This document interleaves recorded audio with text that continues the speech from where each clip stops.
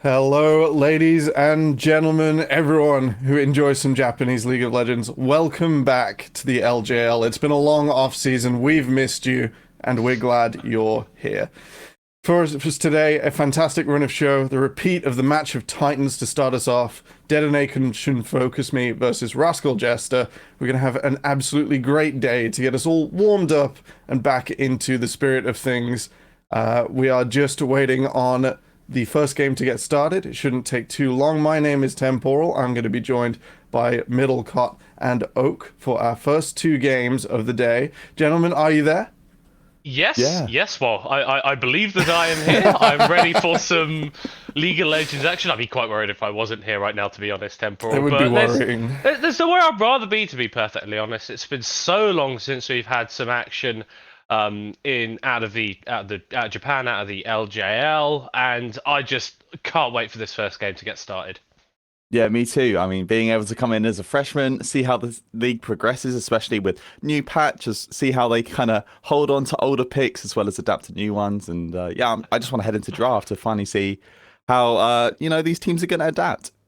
You've mentioned adaptation. The year is anew, and the LJL completely changed. As sort of main character in Aria, off to Korea, doing well on KT Rolster, which is just a curse unto itself. Is just doing so well over there. And with that, a power vacuum in the mid lane. So we'll get to see if DFM can hold on to that title of dominating mid lane today. And we'll get to see sort of some of the players that moved around in the offseason, given new chances on their team. I'm looking at Honey on Sengoku. I'm looking at the entire new V3 roster. A lot of things to change around. Yeah. And whether that really makes a big impact on our league. Any sort of bits you're particularly excited about this morning? Yeah, so I think the DFM changes are the main thing for me. Obviously, this is a roster that's had many iterations throughout the years, but has often revolved around some core members, your Evies, your Steels, your Utapons, and those three are all still here. Obviously, with Aria going over to the LCK, they brought in Yaharong, who was the previous mid lane sub for Fredit Brion, has also played in LCK Challenges and the main LCK league under the name Grace for a few years. So maybe you don't recognize Yaharong, maybe you'll recognize Grace instead. And they're also bringing in Harp, who was actually the support for KT Rolster last summer. So definitely losing some strength with Arya. Obviously going over to KT Rolster and Gang doing his military service, but I think the replacements that they've brought in, definitely not to be slept on. Yeah, Not Gang's to. definitely going to be missed. Oh, sorry. That's all right. I was gonna just tee you up for the same thing. What do you think of Gang going missing, Oak? Yeah, it's going to be a big question mark for this team because he's been with DFM for so long. But yeah, bringing in Harp and Yaharong's going to be kind of it's that LCK swap. You know, some of them go over to LCK and Arya gets replaced by an LCK member. So yeah, it's going to Trade. be a big question mark for this team because Rascal Jester comparatively have been relatively unchanged. Obviously, with Kanatu Yeah. getting swapped out for Eno, which is a big change for this team, but bot side stays the same as well as mid. So. That bot side so strong. Sol particularly impressed in some for me, but both members fantastically powerful. It's just so good to see sort of the core part of what made the LJL so exciting in summer. Maybe still be around. It's like a real Yeah. question mark as to whether this is going to be the same league or not. We've still got Honey in game two for you guys on a revamped Sengoku Gaming, Yeah. ready to sort of take off and try and maybe play another few hundred games of Jinx this week. Well, that's going to be the difficult thing, right? And that's why I think it is key to sort of highlight Soul and Secret because we had this sort of trifecta of bot lanes, three, yeah, not two, Yep. in summer, which was Honey and Nema, Soul and Secret, Yutapong and Gang.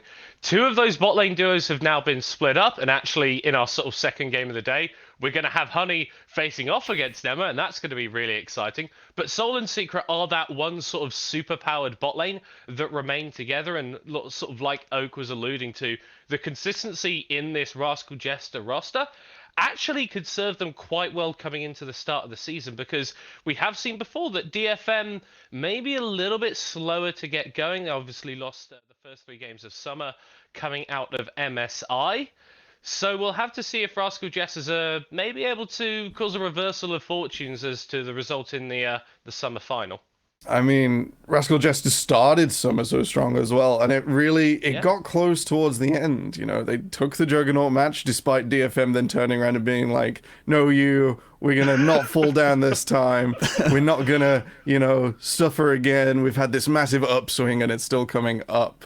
Is there anything in particular you guys are excited to see from Rascal Jester? Obviously, from DFM, we're excited to see how the mid lane turns around and how Yaharon comes back in and then comes through from the LCK, how Hot comes in from the LCK, but particularly for Eno or anyone on RJ, anything you're excited to see? I mean, largely, Eno's the big standout, right? Because top lane meta is diversified a lot, and I think we're seeing a few key carry pick styles in certain regions, and I want to see how he plays around it, because Kanatu was really that main role, right? So a bit of a question mark there for this team. I'm so happy we didn't immediately go to Janna. I sort of realized what I had asked. I was trying to avoid it, to be honest. Let's hope Janna has not made her way all the way to the LJL. I mean, Rascal Jester, while it wasn't just the sort of soul show, definitely Kinatu contributing last year as well. Recap had some pretty nice performances on mages. Does seem like the sort of team where you look at Soul and go, this guy's really good on carries, and Jinx, Caitlyn, and Felios all very strong right now. Yeah. We can just throw all of our eggs in the Soul basket, and if he's playing at the level that he was in summer, it's a pretty good place to put him. Maybe would you do it with a Janna on this patch? No, you prefer, I think something maybe a bit more straightforward. Maybe I need to be the excuse for this kind of thing to be picked at some point. I don't think it will happen in this matchup, to be honest. But I think maybe there's some space where we see some of the other matchups today, where top Janna or another variant of this support-orientated top lane comes in, because it does have space with a few key comps. It's whether these teams really want to draft into that. We've really hurt him. I really don't like this. This guy comes onto the LGL, fresh face, starts bringing all these ideas about Janna top. Bro, it's not Renekton every game. Have you not been reading the prep documents that we have been sending out, mate? Well, I mean, I think the big one is Gwen, actually. This is what this first matchup at least is probably going to be, because Gwen was picked a ridiculous amount over playoffs last split and remained really strong, and it's actually one of the answers to Janna top. So that and Tryndamere. So we'll see if these players have adapted to this yet. I've seen sort of whistling around on Twitter, and sort of through my own ideas, we could also maybe see the return of Kayle, who, despite her laning phase being non-existent, that's what you get against these enchanters. Most of the time, you just get to farm it out. We could maybe see Nasus if we've got a Renekton league. Maybe we know his brother exists. Damn. I'm excited to see LJL answers to non-LJL things. Because they're so good. You're tipping your toes in the water of dreams there, it seems. Yeah. Temporal, man. We're going to have Corky Victor in the mid lane every game today. I love these ideas that you're bringing out, but it's just not going to happen. League of Legends isn't actually that interesting, man. Brilliant. It's just so much great. Fun. Wonderful analysis. It's just not that interesting. To bring us back out from this intense top lane enchanter discussion, let's go back to the whole league for a moment. The league is currently playing remote. COVID restrictions still in place, and I believe some issues getting the players all in, and to keep things fair, the LJL is playing all remote. So some of those imports, I'm thinking particularly for DFM, I'm not sure exactly which imports are where, but I'm going to guess with two brand new Korean players, that might be where our issues with imports lie. I mean, so the ping hopefully isn't too high. That's 30 ms from Korea to Japan in my experience. What? Have you been to Korea? I might have looked this up before this. Brilliant. That's fair enough. That's fair enough. But, so if ping's not going to be an issue, obviously can cause some discrepancies, but I can't imagine it's going to affect these teams too much. All right, let's hope it doesn't affect them too much at all. Take it away, Middlecott. Take it away.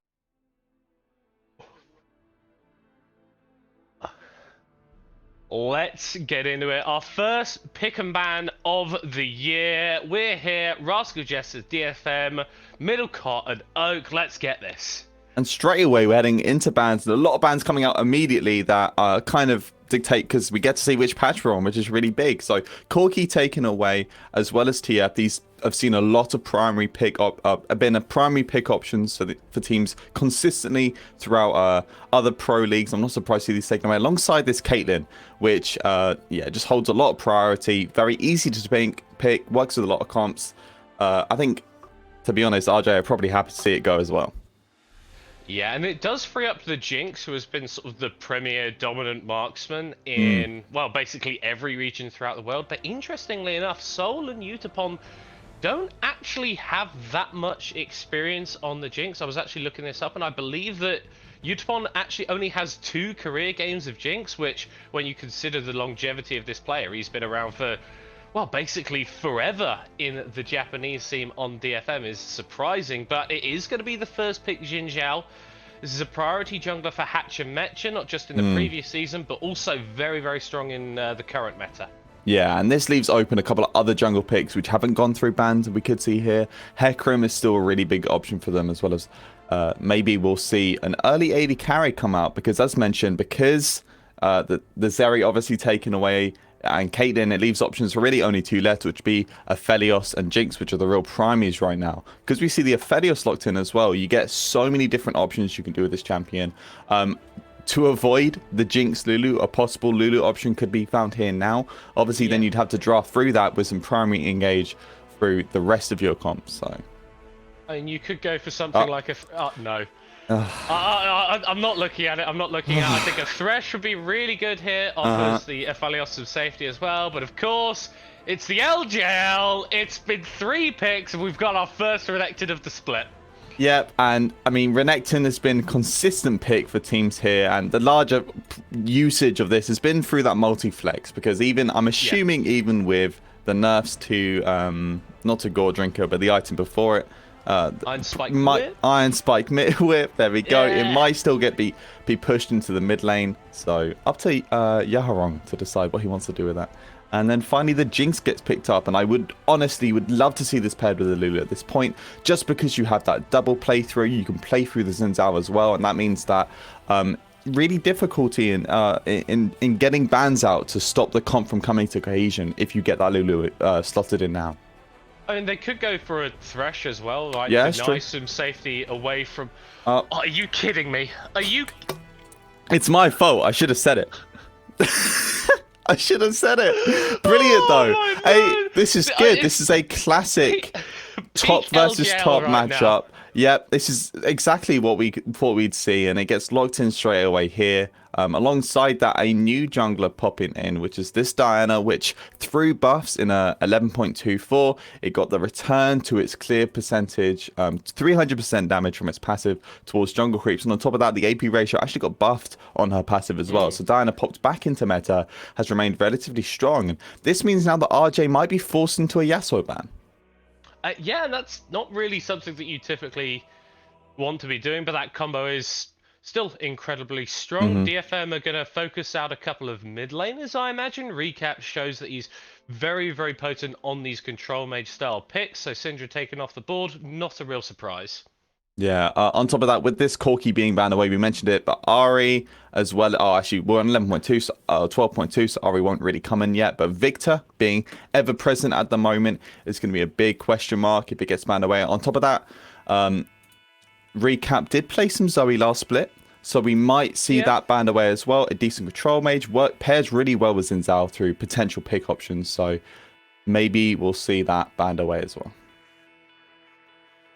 We'll have to, and I'm kind of surprised that we didn't have any supports locked in. Obviously, it's all well and good to meme about the Gnar versus Renekton. It is LJL after all, but where do you think these teams are going to have to sort of go in those support pools, or do you think you could just blind whatever you kind of want here? Well, I think pairing with your support, pairing with the AD is always best, right? And so we're going to see how we want to pilot through the Jinx. And actually, with Rascal Jesters picking up this Jinx, it does generally benefits Secret here. He wants to play more utility champions if he can, and that's why we saw the Karma that Karma does get taken away, so it won't have that option. So, but with the Lulu still being open, you know, there's still an option for them to lead into. On top of that, I think Aphelios Thresh works fantastically, especially with the double bruiser we're seeing now. Thresh works really well with that. They might decide to hold the pick though to get counter pick for support and blindside topside and that's what they end up into with the Tryndamere, which yeah, really restricting champion at the moment. Generally quite oppressive once you hit 1 to 2 items, has a lot of change. You can do many things with his build as well, so I'm quite excited to see how Evi decides to pilot this. Yeah, could go to Ebby, could go to Yaharong as well. Like, we have seen Tryndamere operate as a flex pick. So even with DFM leaving what we would assume to be their support pick for the last, we still don't know where these champions are actually going. That means that Rascal Jester don't have enough, don't have as much information as they would necessarily like. Vex going to be the pickup here for Recapped, another one of those champions that sort of fits into his mold as a player, likes playing these sort of control style mages, but if you ever get a pop-off in a fight, you can get those resets down with your ultimate, and Vex can be absolutely terrifying. It's going to be the Tahm Kench as the final lock-in going to Secret. Yeah, and with the changes to Kench recently, obviously with the exchange from his W to his ulti, as well as some recent changes that came in that moved him from top lane back into support, he's actually been seeing, people always think of Tom Senna, but he's actually been seeing a lot of play as well with these more hyper-scaling ADs that you can find big disenchant from, and then DFM find the utility champion that they wanted. So Karma obviously was taken away from them, but they decide to go for Yuumi instead, and this gives them, I really like this adaptation. Obviously, even through Yuumi maybe not being in the space anymore to blue side first pick it, but you have so many different champions you can stick this champion onto and just stat ball. So it works perfectly here because if it can't find space and lane with Utapon, then they can just rotate it onto the Tryndamere or the Renekton. Loving it. I mean, like, Jinx Tahm Kench is a lane that can be aggressive at points, obviously because of the changes to Tahm Kench, where he's now got that Abyssal Dive on his W now, I believe. Can go forward, get the knock up onto people, and really start causing chaos. Still don't think it's quite as likely to come out, and I'm just still in shock that Thresh has managed to make its way completely through this draft and go unpicked and unbanned, but clearly the priority from these teams is on something a little bit different. Yeah, I mean, with changing meta, a lot more scaling options are opted into here, and I understand that completely, especially because it's early season. Maybe they're not wanting to take too many errors or make too many errors now early. So I'm down for it. I think in return, though, I love seeing Aphelios, and when we get to see it paired through this really big, just full on, this is, you know, so it's a forward walking comp, and alongside with the Yuumi, Utapon definitely has space to do some aggressive playing here. You did mention the Jinx lane and how it could potentially find some punish points, and that's really going to be around this level 9, level 10 mark, where she gets full access to full range from her Q and maybe to first item. So yeah, but of course we are going to have to see how the bot lane duo that Solid Secret are playing up against integrate, because we already talked about how Utapon has played for so long, but he's actually only played with 3 supports in competitive, I believe. That's Vivid, Gang, and Kazu. Now he's with Harp, new player coming over, a lot of experience. He's been put on the Yuumi, which is a little bit rude, in my personal opinion. Trying to integrate a new player into the team. But it's one of the 2 duos that we're going to have to focus on as we do jump into game. Minute and a half. It doesn't look like too much has gone down. No wards being placed, no aggression quite yet. Utapon's walking up. Utapon and Harp are walking very far forward here. Harp will be able to dash back to the Aphelios, but Soul and Secret are not stopping. Tongue Lash goes through. Shouldn't really be a kill, although the exhaust has already been dropped onto Utapon. Yaharong is going to jump over the wall. A minute 30 in, and we are already getting a brawl in the jungle. Utapon forced out, and this is going to be a steal onto the blue buff. Yeah, as soon as they see that they do the walk in, they see that Steal isn't there to contest, they know that he's starting topside. So not only they managed to steal away, and this is probably going to end up forcing some linear jungling. On top of that, they get to know where Steal starts. They're going to know generally where his pathing is going to be opting towards, and this means that Harp and Utapon are going to be stuck on bot side in a defensive matchup for quite a long period of time now. This is what we like to see from Seal, though, recognizing the state of the game that he's in, going for the counter jungle. So like you mentioned, we are just going to have the two junglers trading opposite sides of the map, as Soul and Secret are actually trading very aggressively in this bot lane, despite not really having the sustain. So they're going to have to take care that they don't end up going too low, that they're not going to be able to continue trading. Yeah, Utapon and Harp actually dropped a ward just above Tribush because this is a really scary period for them to be in, because they know that Zinzao, that Hachimech has decided to go for this free camp. They could have potentially been starting for a level 2 dive, but obviously he decides to not go for that instead. And with a couple of question marks pinging out, he's just going to head towards his bot jungle and continue clearing, and maybe they'll look for a safer gank on bot side. Because Soul and Secret are quite extended right now. But once the wave comes back into them, maybe there is an angle that they could play around. DFM potentially looking for a dive onto Eno here. Has just popped into that mini form, so not quite as tanky as he usually is, but this is still risky. TP response is going to come through immediately from Recap, but DFM are not stopping the dive. Evie spinning, slashes away, and Eno stays alive. This is really good from DFM. They force a TP in, and there's really no committal for that. And with the wave state they were, I think Evie could have chosen to just reset at that time and miss relatively few. But even through that, Yaharon gets to fully shut the wave underneath turret, force Recap to miss a little bit of XP there, and kind of gets to dictate how the next waves are going to be as well, because you see him there starting up on the wave. He gets complete control of how long that wave gets before it bounces back towards him. So generally pretty good for DFM, and we'll see them probably spike up in CS for the first couple of waves here. And the thing is as well, that was a play that involved Yaharong. Obviously not completely, as hold on for a second, Secret going forward, Utapon taking a zap to the face, but it's just going to be that. But yeah, this play involved Yaharong, as look at that, continuing to trade aggressively onto Recap to his half HP, no mana available. And it's good. It's a good start.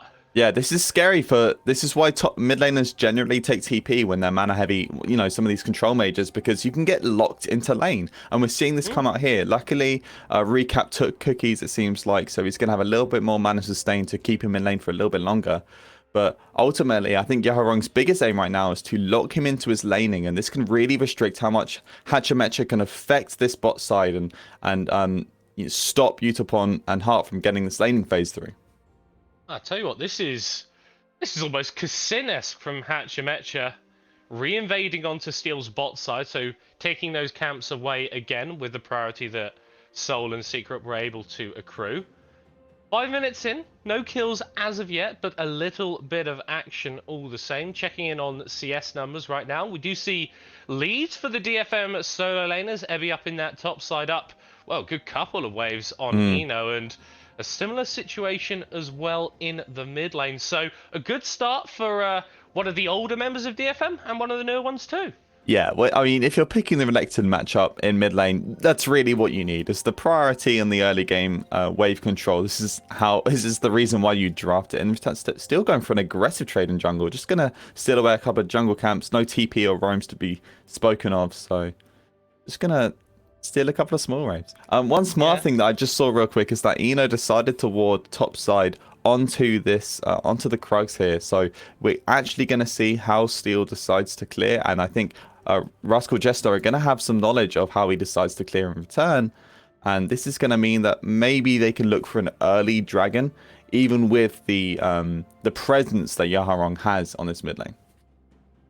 Yeah, Renekton, obviously a champion that could sort of just rotate to those early objectives whenever he wants, has now picked up the Iron Spike Whip. This is something that we saw Megamin doing a lot in the summer split, was playing this Renekton, getting that component item, just insta-clearing waves, and it frees you up a lot more on the map, so you can start move around, working with Steel in the jungle, maybe teaming up with Ebby or Utapon and Harp on these side lanes, and you can really start working together as a team. And I think that's the sort of thing that we want to see from Yaharong this early into the split. We're not expecting the synergy to be absolutely perfect, but even if they're going for these plays and they're not necessarily working out, you're building in the right way, you're trying to get this guy integrated into your team environment as soon as you can and get him affecting the game in a positive manner. Yeah, and even with the nerfs to Iron Spike Whip coming in, where it doesn't clear based off missing HP, it's still going to be a really, just because of Renekton and how easy his wave clear is, it's still going to be a really effective tool to getting insta-shoves, to, yeah, not only, as you mentioned, to move across the map as much as possible and just be another number to back up any plays that DFM decide to make. But on top of that, it's really going to restrict Recap now that he's hit level 6, because access to that ultimate and to its potentially... That's a very aggressive trade there. And access to the ultimate and this potentially, 5-stack reset can be really limited by just Yaharong being a big HP, just built man in front of you. Big tanky boy. Big tanky boy. It's a large crocodile. Swinging around that, I don't even know what that he drives... weapon is called. Hold on, as the Dominus has been used, Hachimetra and Secret both will make their escape. Utapon with the Moonlight Vigil in the bot lane. The Choppers from Soul will protect him for now, so just the ultimate coming out from the DFM bot laners gets another shot down onto Soul. But again, still no kills going down. I don't feel like either of these teams wants to make that mistake that gives over first blood. I can see what Utapon was going for, though, because he used the final ammunition of his Graviton gun to get that ultimate off, which instantly swapped him into Sniper Flamethrower, which would have been a fantastic point to find damage. Yaharong doesn't have the Dominus, still has his flash, has a couple of team members on the way. Hachimetra might be a little bit overextended here as the exhaust goes down. Double ult from Steel, but he gets knocked away. Here comes Secret back into the play, and he gets first blood. There goes Recap running forward as Emmy has also joined the fight. We're getting a brawl at 8 minutes, and it looks like it's going back in DFM's favour. That's another kill as Utapon flashes forward onto Soul on the other side, but gets a rocket to the face. It goes down. Hachimetra falls onto the tower. It's a double kill for Evie as Secret goes back in, but Yaharong flashes forward and culls the Meek. Secret will take him down in the end, but he will fall as well. What the hell was that, Oak? And it was a very bloody fight. All 5 members coalesce in the mid lane, and we see back and forth usages of ultimates. The big thing there was Steel found this really big 2-man 2-fall, but was immediately disengaged by Hachimetra. This is how this matchup has been going so far, and Hachimetra plays it really well. Unfortunately, Utapon aggresses, and we're going to see here, as this rotation starts, a very long fight happening here as Hachimetra initially engages on Yaharong, and we're going to see Steel move up here to find the double moonfall. This was so beautiful here, but gets Secret immediately just disengaged. Absolutely, and actually the big thing here is Recap finds, I think, double or triple ultis here to really get effective damage off. And whilst this is going, quickly look at Utapon and Soul here. They fight forwards. Utapon actually flashes over, but you see the trade ultimately working out in the Soul, and this was a big reason why Rascal Jesters even remained in this fight. Ultimately a 3-for-4 as... I mean, this was a fantastic flash here. No vision at all, but knew what he had to do. Flashes forward to get that Q to make sure that they get numbers advantage on the kill. Really well played from DFM, even through some individual mistakes. Looking at live, we've already got some action as Eno is forced to crunch himself away. Hachimetra is now in the river with 4 members of DFM. Not quite looking to chase him down. Sorry to cut you off there, Oak, no, it's but fine. It seems that these teams just want to keep scrapping. Yeah, absolutely. And finally, looks like even though Rascal Jesters with those numbers down, they're actually they're still trying to make these next plays, and they're looking for this Herald here. I guess because they have the ultimates coming up just a little bit earlier. But ultimately, as part of the sort of fallout of that fight, we did see Emmy pick up a couple of kills on this Tryndamere. Already had a CS lead up on Eno, has now extended that to 20. 2 kills as well. Mythic's going to be coming through very, very soon for this Tryndamere. And that's going to turn Emmy into a monstrous threat on the side lane. Really scary. But this... yeah, ultimately a trade comes in instead, so Rascal Jesters decide to opt in to take this Herald, and DFM choose to keep their bot lane bot side to maybe look for first turret pressure here, but with Hachimetra having this Herald, actually it goes on to Soul, so they could potentially be looking to first turret here. So exchange being made, we see first turret and this Herald being picked up in return for Infernal Drake, first Drake being picked up for DFM. And I mean, I'll tell you what, funneling that gold into into Soul, rather, is exactly where you want it. Was one of the big carry AD carries in the LJL in summer. And he's on the Jinx, the premier marksman of the time right now, as Ooh. may actually be getting aggressed onto here. Hatchamacher will interrupt his recall and go forward onto Yaharong, who has used the Dominus. Stun down onto the Xin Zhao, who is not trading favorably against the Renekton at all. Secret will come into the fight and keep Hatchamacher alive. So the aggressive play from DFM effectively diffused by Rascal Jester.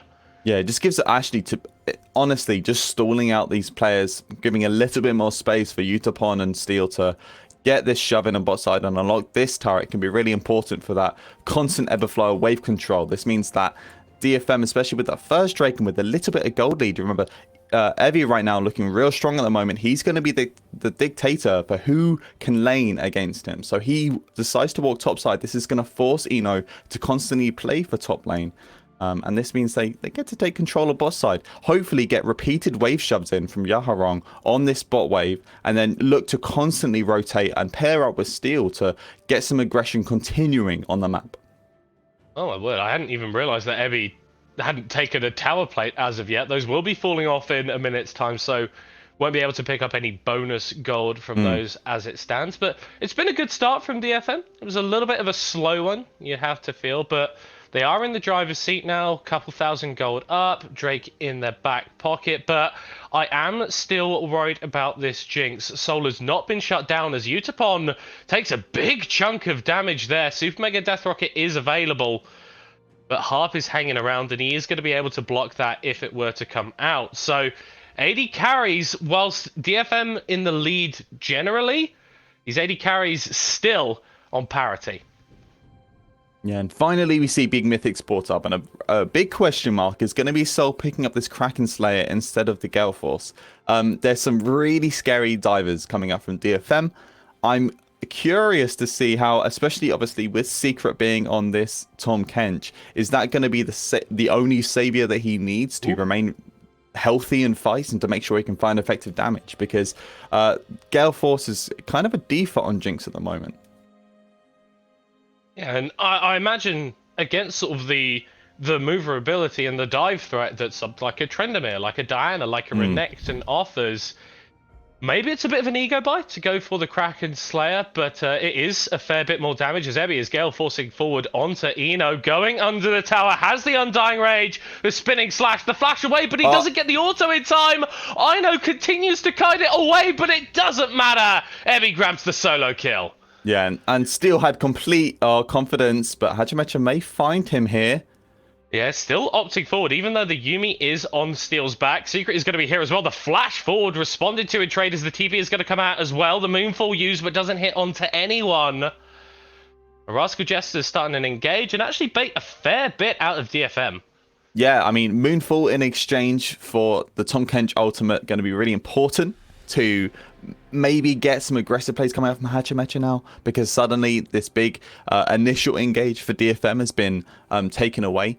So this puts the ball on Rascal Jester's foot, but it depends on what they can really do with it, because as mentioned, with Evie being so strong in side lane and he's really flexing at the moment, funding a solo kill onto Eno.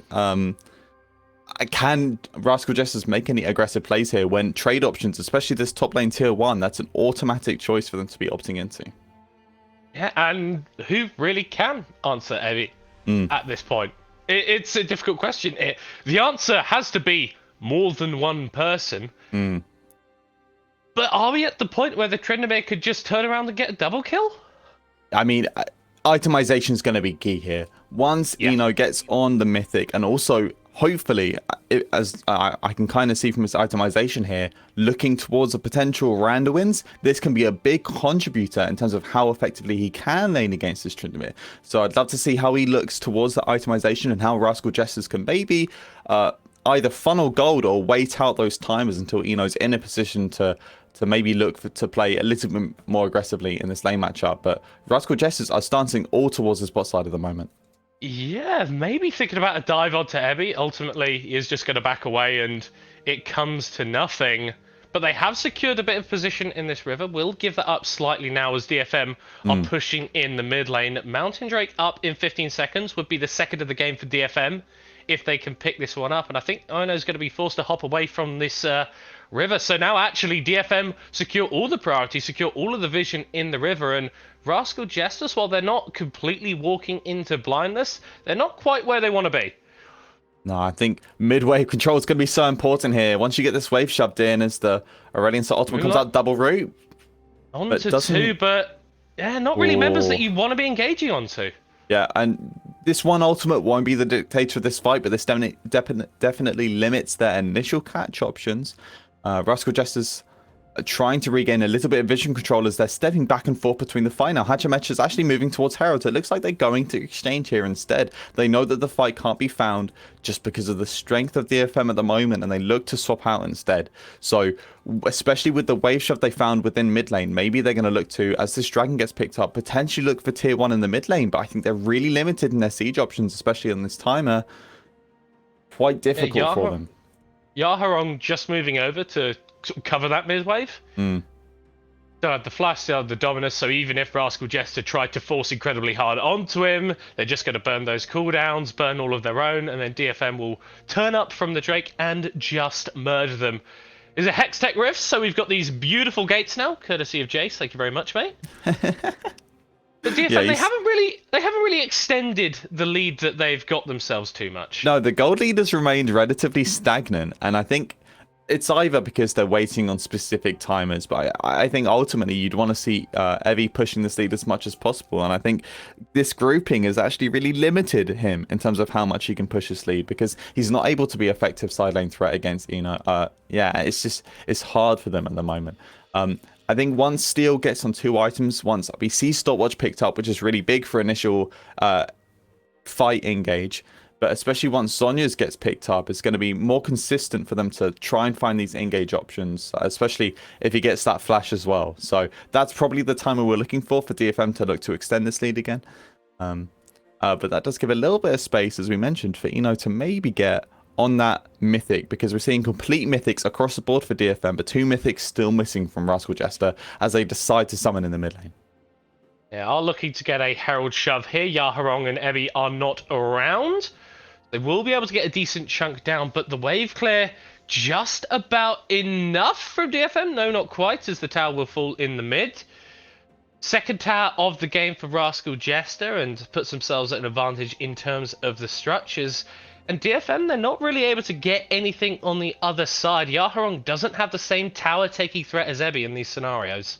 Yeah, I mean, I guess for DFM, the big plan is through this dragon, because whilst their gold lead has actually diminished somewhat since their earlier fighting, remember they picked up these 2 Drakes, and that's the real exchange of Drake versus Herald. Herald grants you access. Ooh. I'd say that Moonfall is huge, though. Yeah, as Steel's just going to keep going forward. The flash doesn't get enough for Recap as Harp grabs his second kill of his LJL career, and DFM in this match of the week starting to maybe turn up the burners a little bit. Hachimecha being forced out of his own jungle, but Secret is going to come forward as well. Still don't want to over-aggress onto Steel, but they may get caught out here as Secret is going one way, Hachimecha is going the other, and it's actually Steel who is caught in the middle. Soul is here as well, throws down the chompers onto that stopwatch, which means the Diana can't get out. Yaharong is here, but the fight gets split. Emmy is already dead. He didn't use the ultimate, and now Rascal Jesters are looking to keep it going. Secret going forward, the flash over the wall from Soul, and Yaharong goes down. Ino grabs the kill, Soul gets another one, and all of a sudden it's a 3-0 for Rascal Jester, and Baron is going to be the next focus. Steel is still alive, though. We may see a potential stance for Steel. He decides to not opt into it. I guess the threat of this team is just too much. Can't really choose for it. Means Baron picked up on a 20-minute timer. This is huge for Rascal Jesters to try and find potentially a turnaround for this team, because it was like on the side of DFM. They pick up this Baron. That's a big goal income alongside with those 3 kills. Fantastic. And I think the big question mark here was this Tryndamere ulti. We see this constant stancing from Steel and Evie to really look for maybe the first fight, but Steel gets locked out here, has to use the stopwatch, and then TB comes in. Finally, the team decide to use this fight, but Evie gets absolutely blown up here, does not use the ultimate, and that was a big HP pool for this team to play off of, and it really spells doom for this team as their whole comp is split up. Yoharon gets picked up here, as well as Harp, as Soul finds a fantastic flash forward, and now we're going to be looking at Rascal Jesters and how they can stance to unlock some of this standing gold on this map. Ebby will still pick up some standing gold here, though, taking down that top lane tower. And this is one of the issues that you can have when Jinx is in the game. If you don't shut her down early, Soul was on 2 items in that fight, you can, after getting that first kill, flash forward, jump forward, get those resets going, and still be this insanely high damage AD carry, even though you've not necessarily got the itemization, which would suggest that would be the case. Rascal Jester now with a 2,000 gold advantage. Baron still on for a minute and a half as Utapon is just using Moonfall to try and clear out some ways, maybe a little more. A steal proto belts forward, but ultimately doesn't find anything. Hextech Drake is up in a second. This would be Soul point for DFM, so they're going to want to fight for this. Ebby now aggressing onto Soul, but Secret is trying to keep his AD carry alive. Will pick him up and spit him out. That fat shield causes Ebby to flash forward. He's already in the ultimate, but he gets the kill. It's 2 for DFM, and they are turning this back around. A second for Ebby as he's somehow still alive. And Rascal Jester may have dropped the ball there, and Soul point is going to be secure for DFM. I mean, questioned earlier whether this Kraken Slayer would be enough to stop Evie and the rest of his team from getting onto the Jinx, and clearly not, because Evie ignores them entirely as they're looking for a second pick here, but they pick up this third dragon. A bit of a question mark coming out from Rascal Jesters here, because Soul got chased down repeatedly by Eva, and we're going to see it here, even with the usage of that don't know what it's called, doesn't matter. We see this extended trade come in, and Evie's already pathing down to try and make this initial pick. And big thing to focus on here. Look at the peel options to come in for Soul here. He gets chunked out really low, but Chompers come in. He gets the ultimate. Hachamech is there to continually apply CC, but he gets locked down by Yaharong, which means Evie's in a free position to continue to chase out. And he's so strong, doesn't really care about what Secret can offer. Just keeps walking forwards and picks up 2 kills for them as the rest of DFM get to focus on killing and getting more pressure onto Recap and the rest of Rascal Jester. Very scary now for them, because they picked up this Baron, found initial goal, but it's been almost immediately taken back. And the crazy thing for me is that in the last fight, we saw Ebby consume all of his fury, then dive in without any crit chance and just get blown up without even using his ult. And we go, okay, what's going on there? In the next fight, he comes in, diving onto the backline, 1v3ing, and gets 2 kills and gets out. A little bit of a misstep in that earlier fight, but this Tryndamere is well and truly a force to be reckoned with, and DFM, with Soul in 4 minutes' time, are really forcing Rascal Jester into an unfavourable situation. Yeah, Undying Rage is good, apparently. Who knew? It doesn't feel fair. It doesn't feel fair sometimes. Why can't I kill him? He's just man too angry to die. It sounds like something you read in like sort of a Florida Man story or something. Yeah, I guess you're right. We do see some key itemization come out from Rascal Jester. So the randomness does get picked up by Eno. So that's a big thing to limit Ebby's side lane threat. On top of that, Phantom Dancer picked up for Soul. A lot of Jinx's default onto the Runans, but when you're getting chased down by an individual member, PD's not only better for single target damage point, but it also gives you that additional move speed to hopefully gain a little bit more space against Ebby. But I bet he's wishing he went Gale Force this time. Yeah. That's hopefully not a mistake that he's going to make again. But Rascal Jester far from out of this game. Yes, it's an advantage for DFM at the moment, but not massive. Yes, they've got a few Drakes, but that's not going to massively augment their fighting power. And I think once Soul gets to 3 items, Rascal Jester can look at this game state and go, okay, we can actually fight this. On top of that, they are blue side. So I say this with a pinch of salt. It's relatively Okay. easy for Hachimecha to look for these dragon steals because they're on blue side. They get access to that wall where he can just jump in through blasting point or through flash, and so long as they get the vision on the Drake, they can still potentially look for that. And then yeah, you mentioned 3 items on Soul, but the rest of this team as well. The fighting force of a Mega Gnar ultimate can be so pivotal for creating successful initial fight points because the CC chaining could be so big and that could really shut down Steeler Evi's initial damage points around these fights. So that's a big thing to be looking out for, especially in tandem with Recap on this Vex. How can they use their ultimate effectively to combo with the team? Okay, Oak, I've just spotted something that will make you smile as a color caster. Inventories for Rascal Jester is still maybe looking at secret there. Inventories for Rascal Jester. We've got 4 control wards there. We have got 4 sweepers as well. Vision denial is the name of the game. They do not want to get caught out at all, and they do not want to give DFM options to walk into them. It does. I mean, when you got, you had to give respect to it. It means they definitely grab a term onto 2. Secret with the eat very early there.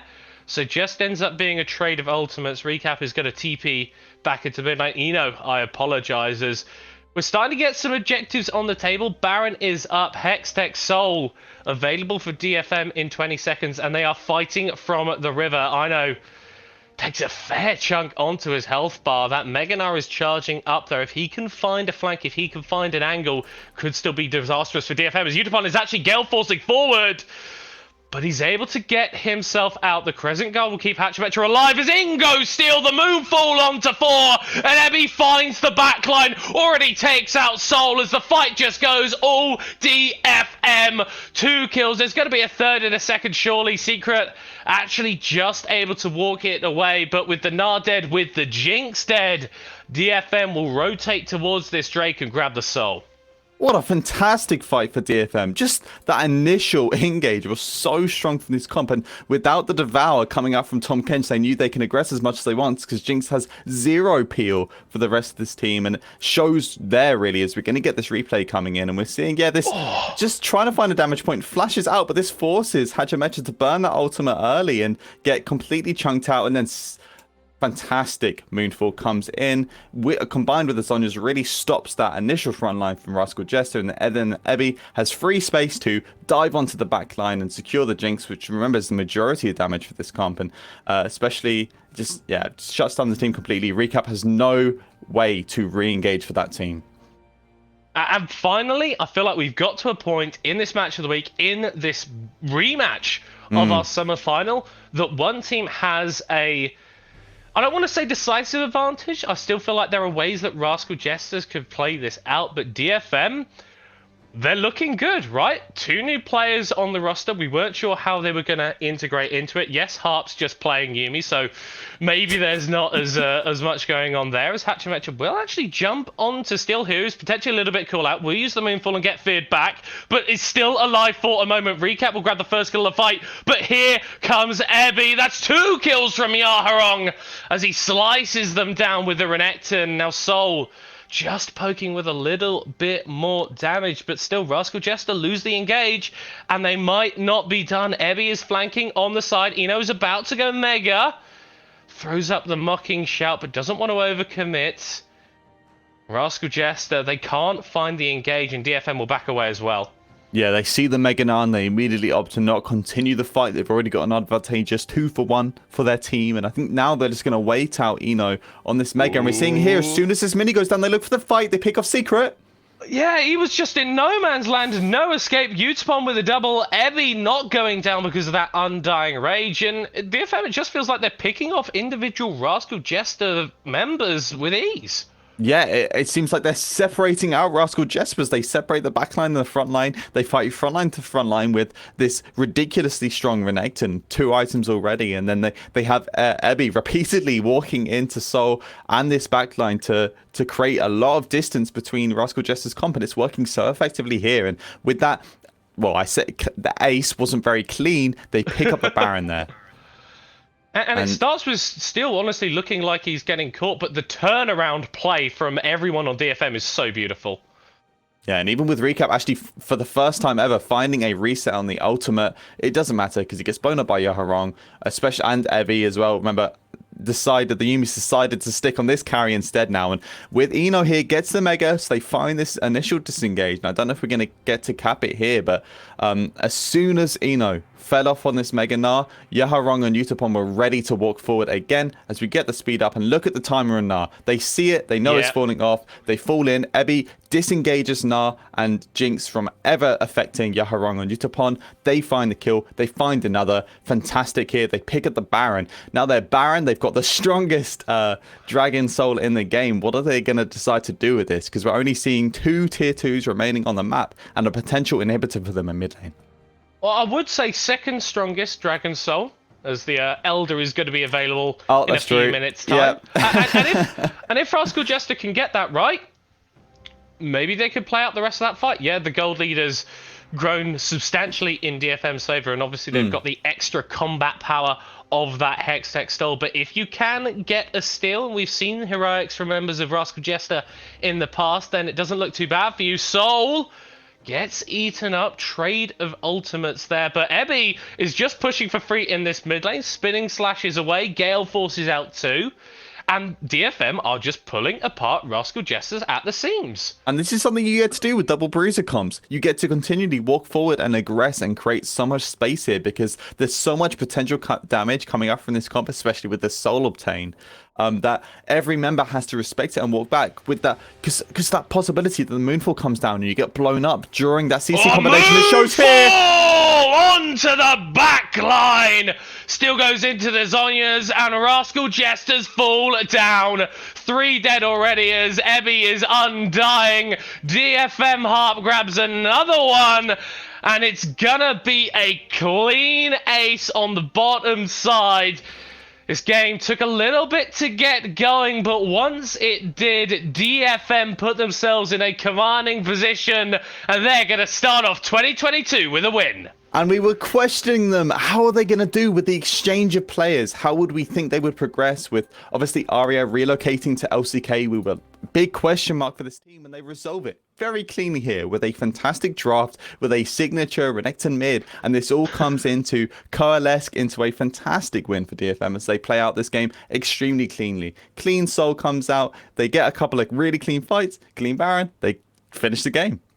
Yeah, and honestly, biggest compliment I can give to them is they look like a full team now, and everyone in the LJL should be scared, because we were questioning, is Yaharong going to take some time to gel? He just looked like he'd been playing on that team for years, honestly. He was always in the skirmishes where he needed to be. He was playing his role beautifully on the Renekton. But on the other side, Oak, we did see Rascal Jester coming out with the Jinx for Soul. It looked good at points.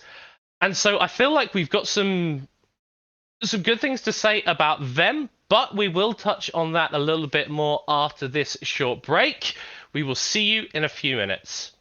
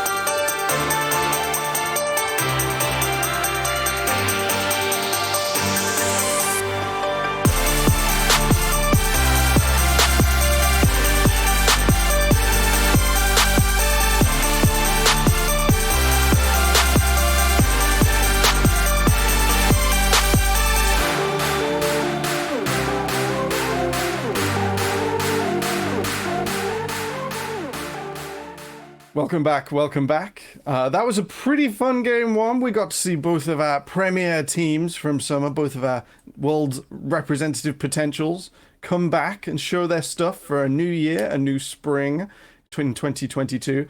It was a scrappy game both ways. You know, it wasn't the cleanest. It was a snowball by the end, but you know, there was a bit of backwards and forwards to start with. DFM managing to succeed in the tower dive. Rascal Jesters with 1 or 2 clean team fights. The big thing I want to focus on first, the tower dive from DFM in the top lane. Oak, how did that really make the rest of the game pan out the way it did? How did that transfer forwards? Yeah, unfortunately, Recap got a little bit stuffed by that early dive in. So the TP comes in from Recap very smartly to answer a very scary dive for Eno there on the Gnar. Unfortunately, though, because of the Renekton mid, because of the automatic pro it gets set up in, Recap essentially got locked into a laning phase into this Renekton where he had repeated waves are forced into him and he got choked out on CS, and that meant that alongside with this TP, especially after the first fight as well, wasn't able to find the golden come to have a successful fight on this Vex, who is very reliant, especially against such a damage heavy comp, to find this initial engage and then find repeated ulti procs to find effective fighting, and really wasn't able to find it that game. So the disrupted economy for Vex in this mid lane, no tempo TP, no happy smooth laning phase. Thanks DFM's topside. You really made that one fun. Evie took off in this game on the Tryndamere. He only really stalled once. Middlecott, what happened? What? I don't. Well, if we're talking about that specific fight, I mean, he forgot to press R. Anyone that's sort of played Tryndamere, like, it happens to you sort of like at least once. But after that initial misfire, it felt like he couldn't really put a foot wrong. He was continually getting the dives off onto the backline, and one of the issues that Tryndamere can have is that his team fighting isn't necessarily the best. We did see Evie split pushing a fair bit, did grab 1 or 2 towers, but it was really his team fight play which was incredibly impressive, constantly going in for 1v3s, really isolating Soul, and even with Secret burning his entire kit to try and protect his AD carry, oftentimes it wasn't enough, and then once the Jinx goes down, considering that you've starved out the mid lane, it becomes a hell of a lot harder for Rascal Jester to actually play the fights. The setup from Eudipon Aphelios, just throwing Gravidums left, right, and center from the what's Yumi's ultimate called? I've never played that champion, so that's something I really final chapter. Okay, the final chapter of that book. There we go. We've spotted the Yumi main. I wanted to out them on stream. No, got you now. We saw a lot of. So that was enough to get the Tryndamere in, get enough access. You mentioned Soul and Secret, you know, trying to defend each other, trying to make the Tryndamere work, and it turns out that's just a double kill for Hibby in this game. It's got to go that way. We saw a lot of macro trading. Often DFM on position first, got into the Dragon, which you favor. If you're ahead, you want to accelerate, you want to make Soul Point either your trade or get onto the Elder, a full tempo with your advantage. We saw trades for Herald. What do you think could have gone better for Rascal Jester in this game if they opt in for that trading style, Oak? I think you need to make sure that gold's being used effectively. You're pumping a lot of time into Herald, and so getting that gold and at least creating points of advantage on map where you can continue to funnel gold into Jinx is really important. And they failed to do so really there. I think they really struggled to, you know, whilst we saw Jinx as the standout gold lead for this team, it didn't really accelerate, I'm assuming, as much as they wanted it to. And in return, obviously DFM getting on this Soul so early meant that that single gold carry wasn't as powerful enough. Once game state hit that 25-minute mark, that just wasn't able to have enough effectiveness in fights. Yeah, you mentioned it was just used for a bit of gold. Unfortunately, no further tempo, no advantage generated. Just a bit of pocket money for Jinx. She had the cull as well that game, but clearly a bit of money, not enough to stop the madman in the top lane, running him over. Really, really sad.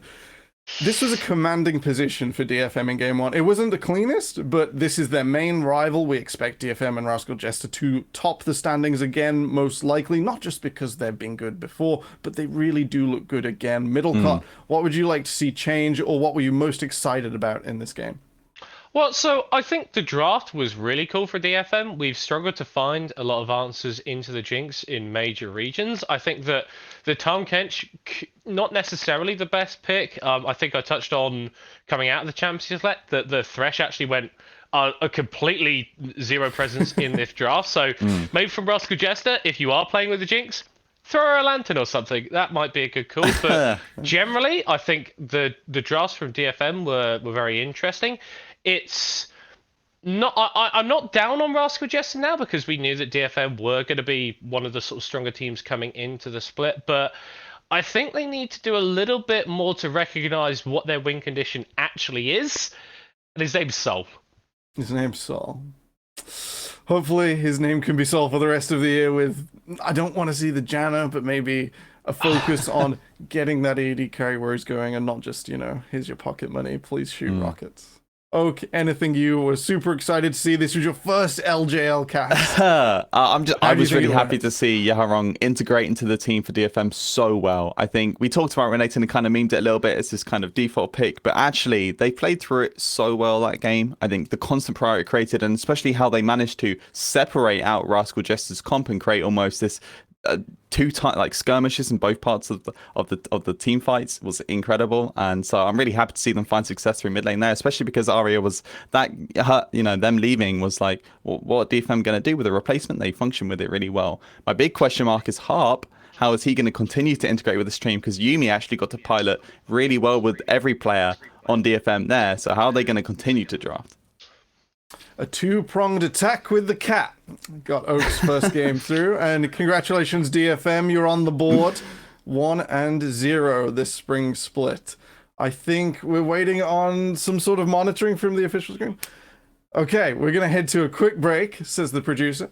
And don't go too far, because after this, we're going to be back for Sengoku Gaming, my favorite LJL team of many years, versus Middlecut's favorite team in Chris Gaming Act. Both teams excited to come back, didn't get what they wanted in summer, but with new approaches for spring, that may change. We'll see you after the break.